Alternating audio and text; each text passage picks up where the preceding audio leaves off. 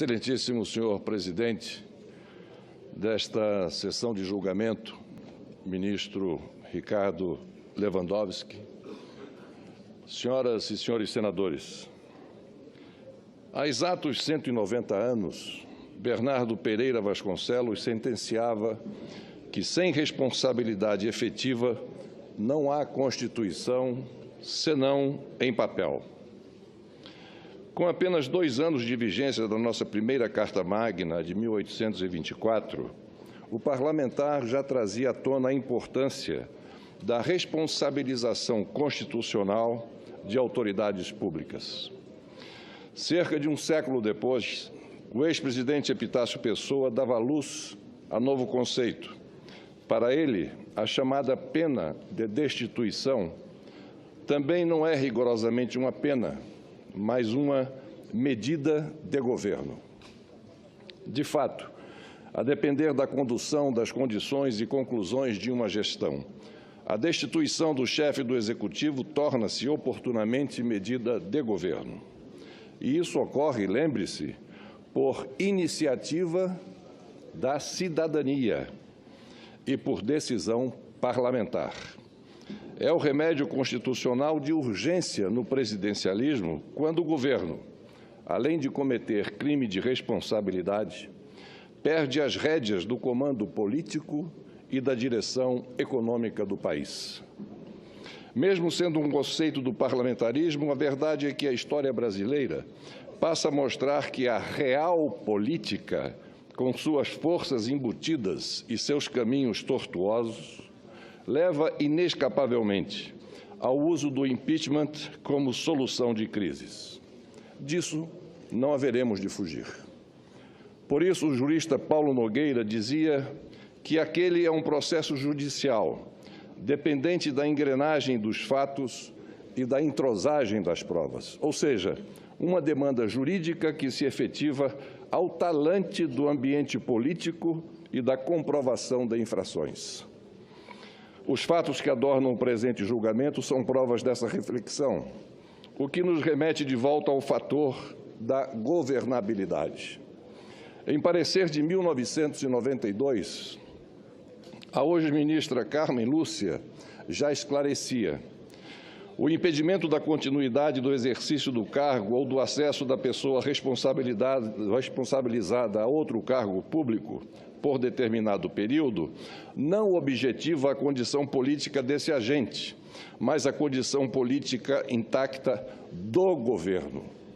E conclui ela: o objetivo do processo de impeachment é político, sua institucionalização é constitucional, seu processamento é jurídico, mas não penal. Em 1992, tentaram me imputar corresponsabilidade por suposta infração penal na seara do crime comum, cuja apuração e julgamento caberiam somente ao Supremo Tribunal Federal.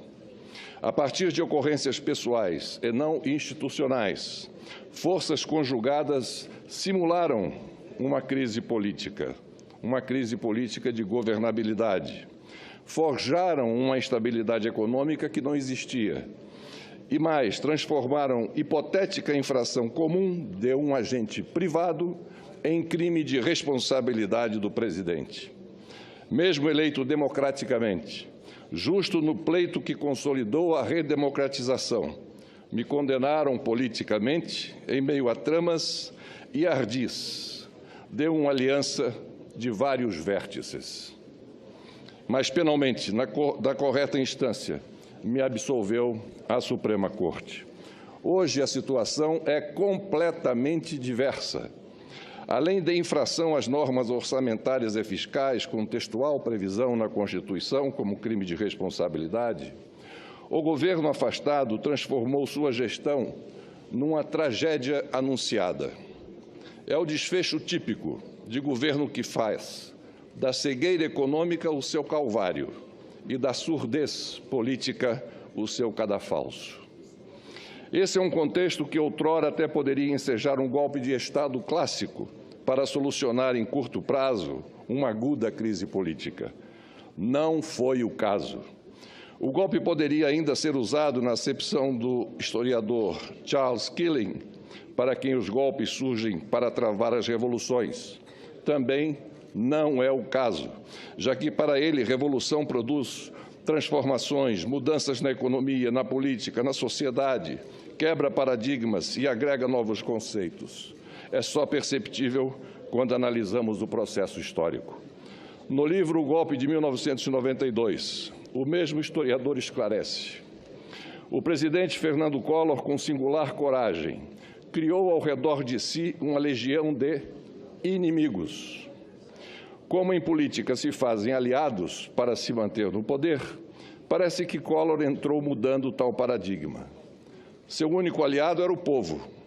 Seu objetivo foi o de destruir instituições que se serviram das benesses do Estado. Num olhar atento, se percebe que o propósito era acabar com um Estado sexagenário para criar um novo Estado. Já no artigo Impeachment do Collor, o golpe completa 10 anos, o mesmo autor assinala: as primeiras medidas tomadas pelo governo Collor estavam em descompasso com os 10 pontos do consenso de Washington e com os interesses dos empresários. Tais medidas desagradaram sacralidades políticas, tecnocratas e burocratas, acentuando seu isolamento na presidência. O ano de 91 começou com comentários entre políticos, empresários e funcionários públicos do alto escalão de que era necessário afastar Collor da presidência.